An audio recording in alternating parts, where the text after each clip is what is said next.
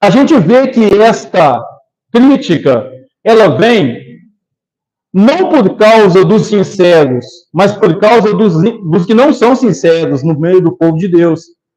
Por causa daqueles que vendem o que é sagrado.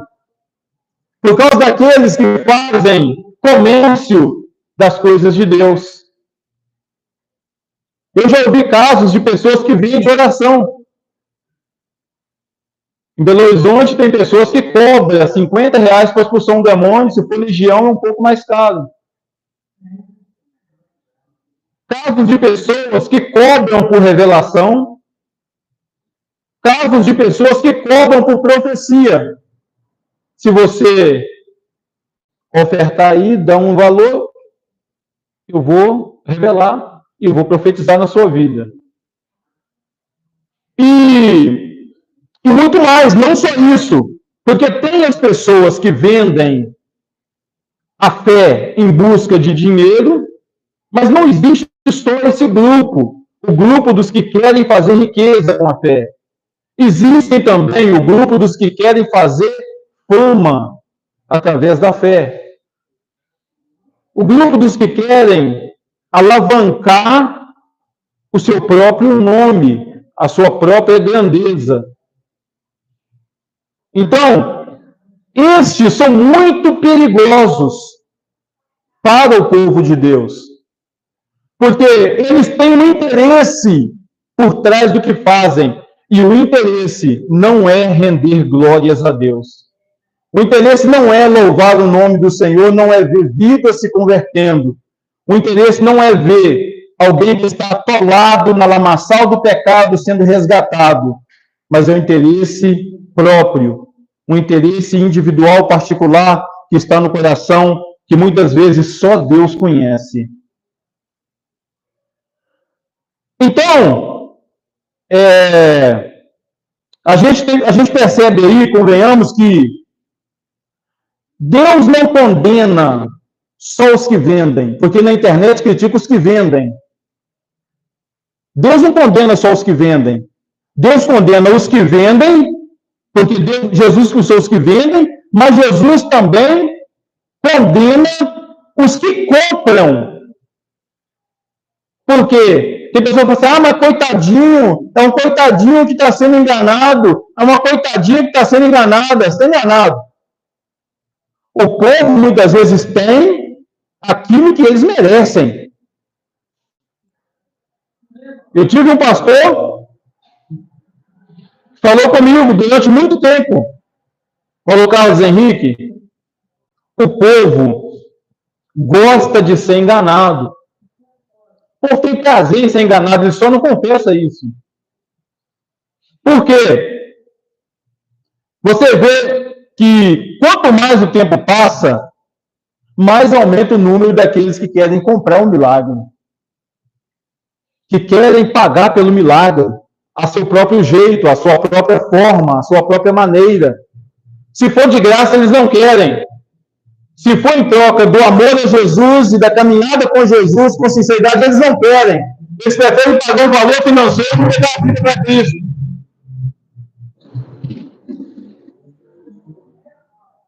Então é errado os que vendem, mas também é errado os que compram. Quem alimenta os falsos profetas e os falsos pregadores, você sabe quem é? São os falsos crentes. Quem alimenta falso profeta e falso pregador é falso crente. Porque quem dá ibope para falso profeta e falso pregador é aqueles que andam atrás deles, que ficam alimentando eles, mesmo eles ouvindo a gente falar, tá errado, tá errado, tá errado, tá errado, eles preferem ir atrás dos falsos pregadores. Então, para Deus é errado o falso profeta e o falso crente, mas é errado o falso crente também.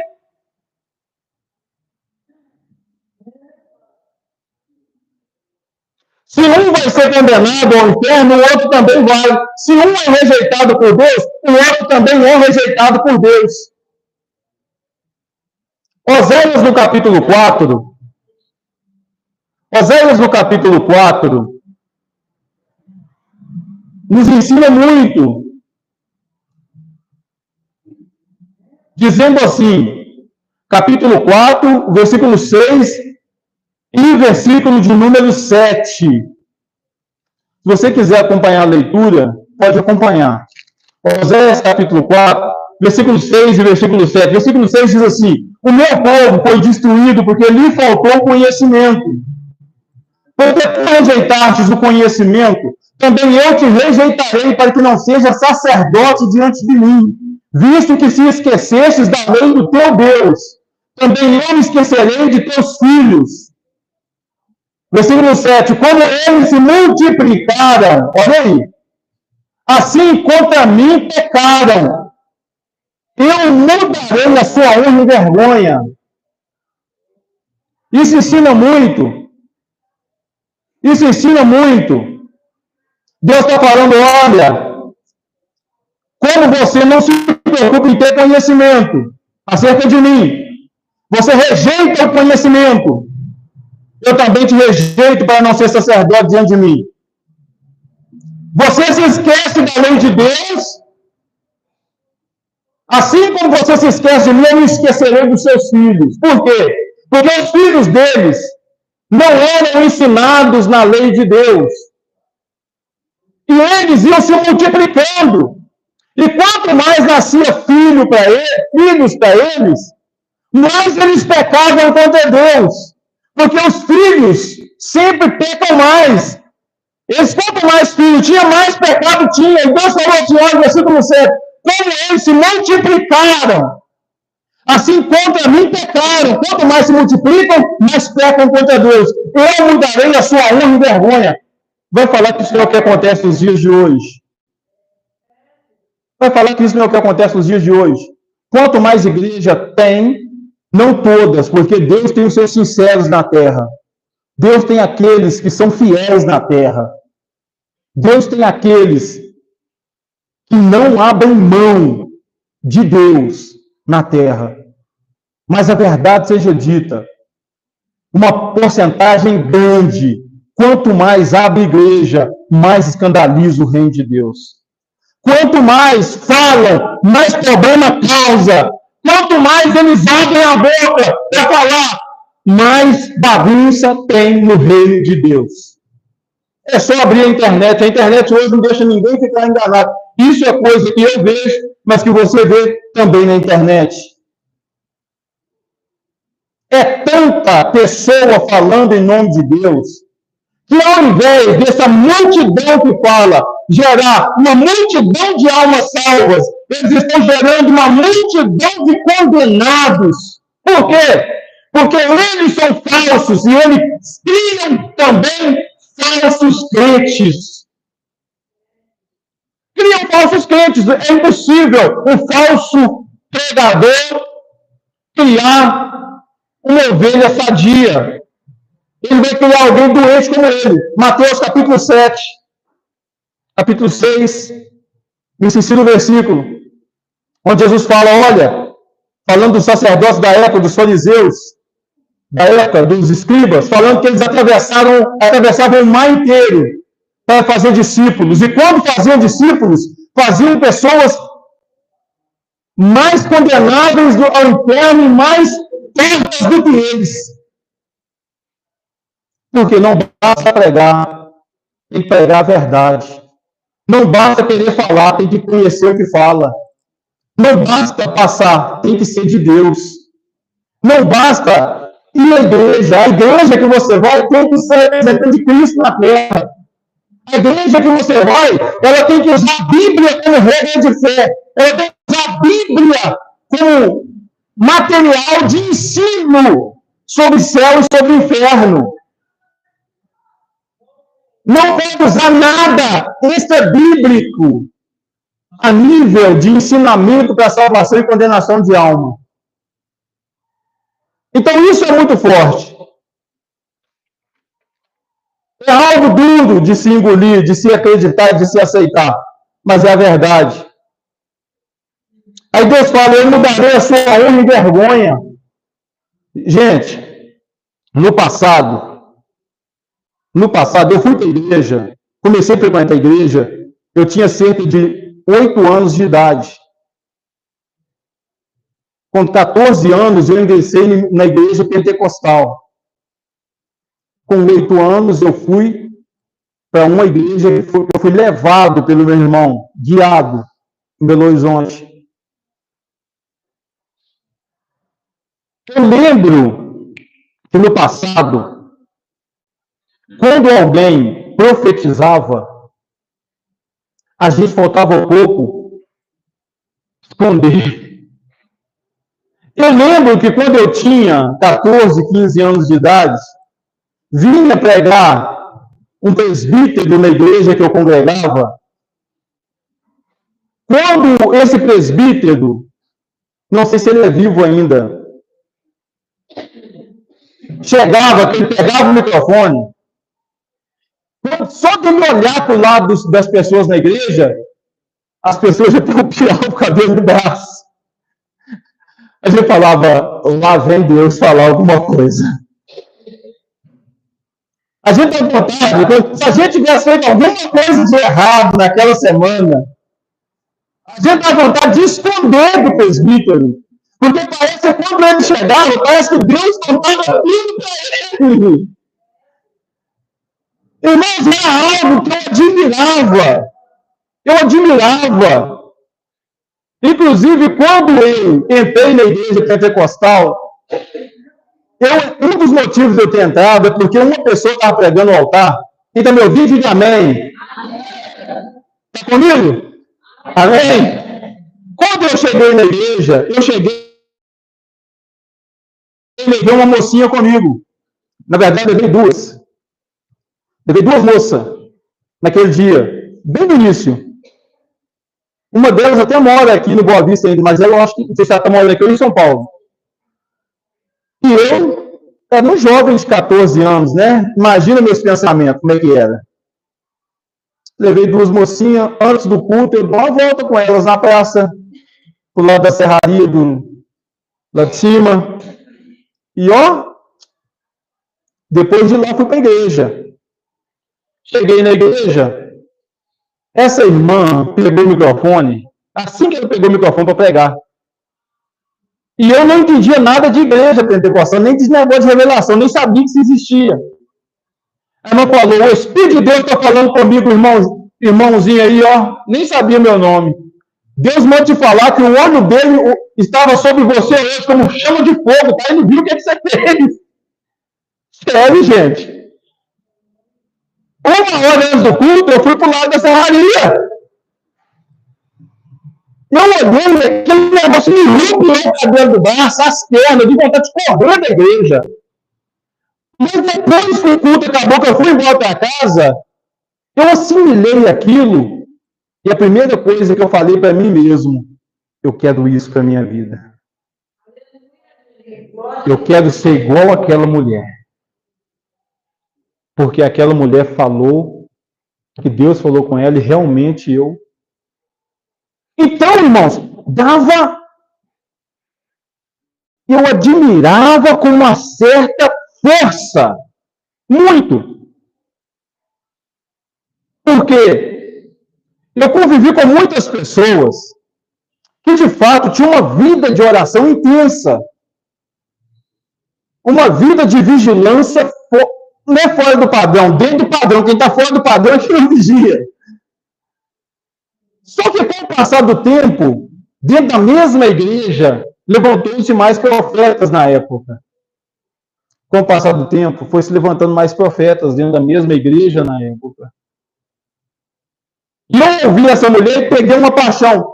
Outros que se levantaram me desanimaram. Quase me fizeram desviar para nunca mais querer pisar na igreja. Porque passavam coisas que não tinha anexo. Não tinha Deus. Eu vou contar duas, só para vocês. Vou até usar o microfone. Vou tentar falar sem o microfone. A primeira passou uma profecia no meio do povo da igreja, falando que Deus não era comigo, que eu não era um crente salvo. Olha, eu tinha 14 anos de idade, 15 anos nessa época. Falou que eu me levantava com eles. Rapaz, eu era apaixonado. E desceu o pau em mim no meio do povo. E eu não entendia nada, porque para mim todo mundo que falava, falava por Deus. E quando ela falou, eu percebi que aquilo era mentira, porque eu nunca tinha feito aquilo. E eu quase desviei. Não desviei, porque o bom Deus segurou minha mão. A segunda foi, uma pegou o altar da igreja e falou, na época, essa mesma mulher. Como é que, eu não sei como é que os jovens de hoje falam. Na minha época, a gente falava cantou. É cantor, né? Tentou me seduzir. É fato, uma mulher de quase 40 anos de idade na época. Nessa época eu tinha 16, uns 17 anos de idade. Tentou me seduzir com todas as forças, querendo que eu fosse o namorado dela. E eu falei, você é muito velha para mim. É uma moça da minha idade, se for para me namorar. Ela subiu no altar no dia que eu não estava. Eu fui pregar para fora e passou uma revelação. Deus falou para ela, como é que existem pessoas que não são de Deus. E é eles que causaram problemas no meio do povo de Deus. Falou, o irmão João não está aqui hoje, mas Deus manda falar um negócio da igreja acerca dele. O que é? Deus fala comigo que eu tenho um espírito de pombageiro na vida dele. Ele vai ser um anjo suave no futuro. Eu via ele com 2 brincos na orelha. E, você estava naquele culto, Binho? Eu não estava. Eu nem me contado, tá vendo? Eu não estava. Não falou? Falou ou não falou? Falou. Eu falei, gente, como é que pode ter alguém falar em nome de Deus o que Deus não mandou? E eu fiquei tão magoado, tão entristecido, porque um homem tem que ser um homem de Deus, mas o homem foi criado para gostar de mulher, mulher de homem. Esse negócio de homem gostar de homem, mulher gostar de mulher, isso é de Deus, não, nossa. Você é do capeta, você não perdoa o que eu estou falando com você. Dentro da minha fé, da minha crença, não é de Deus, não, meu chegado. Isso é de Deus, não. Eu nunca tive esse tipo de interesse na minha vida. Nunca tive esse tipo de interesse. E a mulher dita profeta, ela se gabava mesmo de ser uma profeta. Ela se gabava tanto de ser profeta que se alguém corrigisse, se ela brigasse com alguém, ela brigava e falava assim, eu estou brigando e Deus é comigo porque eu sou profeta. Falou sério. Então, por multiplicar essas coisas, o que aconteceu? Trouxe escândalos para o povo de Deus. Muitos escândalos, principalmente por meio pentecostal. Por meio pentecostal. Trouxe uma fama para os pentecostal de que o pentecostal é analfabeto de Bíblia em qualquer coisa. Isso é fato, irmãos. É só estudar um pouquinho na internet. Isso não é eu que estou dizendo, não.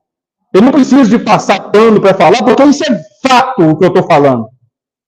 Eu tenho orgulho de fazer parte do povo pentecostal. Só que nós somos pentecostais, mas não somos burros. Nós somos pentecostais, mas não somos daqueles que qualquer um dobra. Por quê? Porque eu tento instruir vocês a ser um pentecostal que estuda a palavra de Deus. Tem como você ser cheio do Espírito Santo e ser cheio de conhecimento. Não é possível você ser cheio da presença de Deus e não ser enganado pelas pessoas quando as pessoas vão falar. Porque você estuda, lê, medita na palavra de Deus, fez amizade, conhece Deus através da sua palavra. Tem como, irmãos? Eu disse que seria uma mensagem de exortação. Eu creio, irmãos. Eu até disse uma vez aqui na igreja, tentando lembrar quem é que me perguntou. Eu acho que umas 2 ou 3 pessoas me perguntou, pastor, posso pegar qualquer coisa aqui da Bíblia? Eu falei, claro que pode. Ah, mas se falar de pastor, eu não importo. Ah, mas se falar de pregador, você importa? Não importo.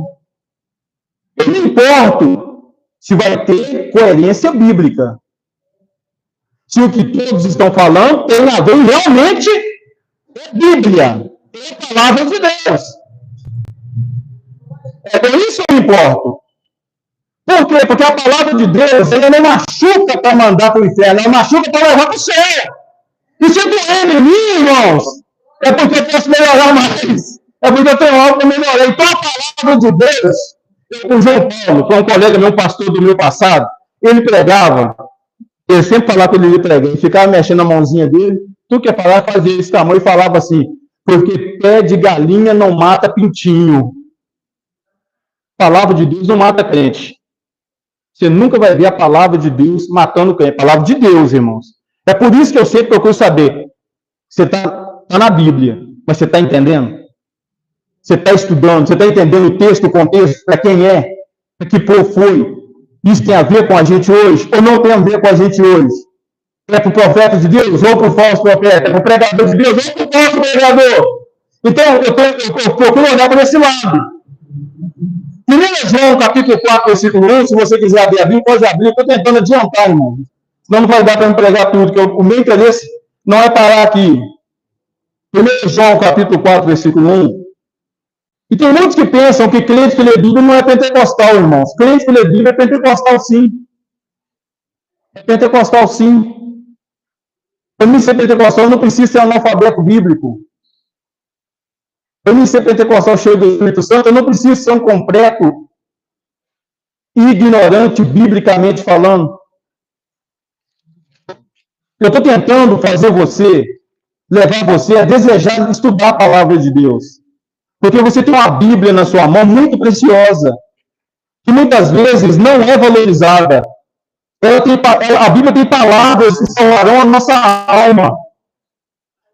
Capítulo 4, versículo 1 fala, amados, não tenhais dentro do Espírito, mas provai se os Espíritos são de Deus, porque já muitos falsos profetas têm se levantado no mundo. Quando a Bíblia fala em muitos falsos profetas, aí leva a pensar que é aqueles que falam assim, Deus está me revelando, Deus está me falando, assim diz o Senhor. Não é só esses, porque a Bíblia, aqueles ensinam que aqueles que pregam o Evangelho, falam da vinda de Jesus, eles também são considerados profetas. Por quê? Estão falando do futuro, do arrebatamento da igreja. O profeta, ele fala do quê? Do futuro. Ele profetiza o que Deus está mandando. Então, todos aqueles que estão falando acerca de Jesus vai voltar, a igreja vai para o céu, é considerado um profeta. Eles anunciam o evangelho, a palavra da salvação de Deus. Amados, não creiais em todo espírito, mas provai se os espíritos são de Deus. Então, você não precisa crer em qualquer coisa, você tem que provar se é de Deus. Porque já muitos profetas se levantaram no mundo, então todo mundo que abrir a boca para falar, você vai baixar o texto, vai no chão e vai falar que é Deus.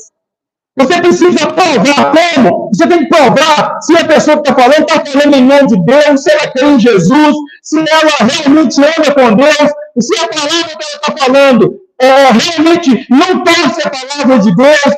Tudo isso tem que ser examinado. Para quê? Para que você não seja enganado. Ah, pastor, mas se for dessa forma, os profetas vão sumir. Os de Deus, não. Ninguém cala um profeta de Deus. O profeta de Deus, ele sabe que Deus é com ele. O profeta de Deus, ele não tem medo de que as pessoas o examinem. Você sabe por quê? Ele tem certeza que ele é de Deus.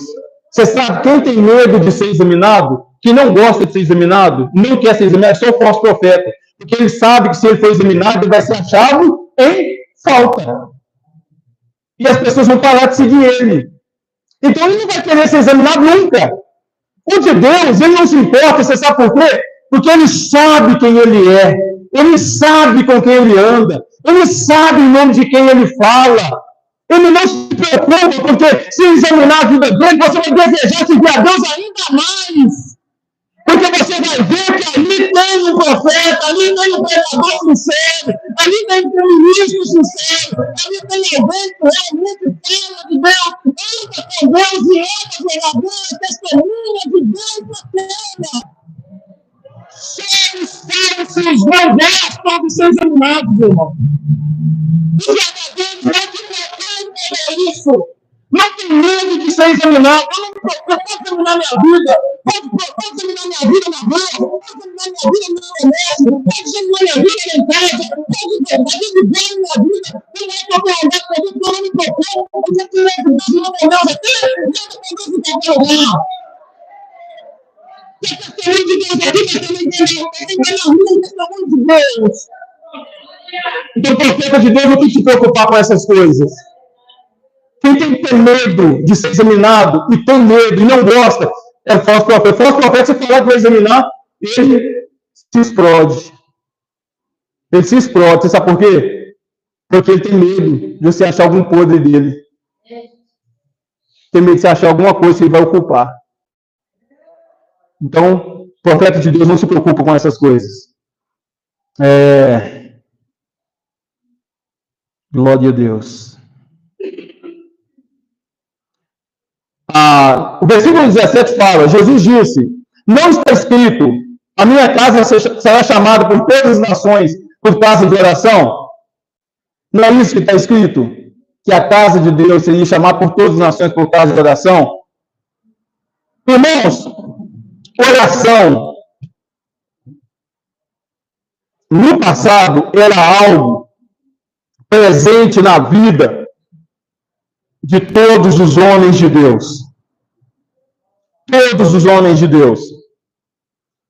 Todos os livramentos do passado, avivamentos que aconteceram, passaram pela oração. Quando Deus tirou o povo de Israel do Egito, que ele falou, chamou Moisés, falou, Moisés, eu vou te enviar para tirar o meu povo de Israel do Egito. Deus fala assim, porque eu tenho ouvido o clamor deles por causa dos seus exaltores. O povo de Israel sofreu no Egito por cerca de uns 400 anos. Deus poderia ter livrado o povo de Israel muito antes, mas Deus esperou o povo de Israel orar.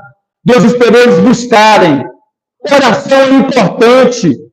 Deus sabe do que você precisa, Deus sabe quem você é, Deus sabe da sua necessidade, mas com certeza Deus espera você orar. No livro de está escrito em Êxodo, capítulo 3, versículo 7, segundo as Crônicas, capítulo 7, termina aqui, versículo 14. E se meu povo, que chama pelo meu nome, se humilhar e orar, e buscar a minha face, então eu só perdoarei seus pecados, sararei sua terra. Versículo 13 fala, Deus está falando, se eu mandar peste sobre a terra, se eu mandar os gafanhotos, se encerrar o céu sobre a terra, se eu mandar a peste no meio do meu povo, e o meu povo se humilhar e orar, buscar a minha face, eu ouvirei do céu. Irmão, está falando da importância da oração. Deus pode mandar, está acontecendo coisas terríveis na terra, está acontecendo coisas terríveis na cidade, está acontecendo coisas terríveis no Senado, Deus está falando, mas o meu povo orar, eu ouvirei do céu. Irmão, a oração é muito importante. Deus ele espera você orar para ele agir na tua vida. Tem muita gente que não ora e pensa que Deus vai agir na vida dele, independente de ele orar ou não. Eu vou dizer uma coisa: Deus vê o seu sofrimento, mas ele espera você clamar, porque quem precisa, busca. Abacuque, capítulo 3. Fala da oração de Abacuque. O povo estava lá, afastado de Deus. Abacuque, então, vai chamar o povo para orar. O Abacuque vai orar pelo povo. No versículo 2, ele fala assim, eu vi, Senhor, a tua palavra. E temi.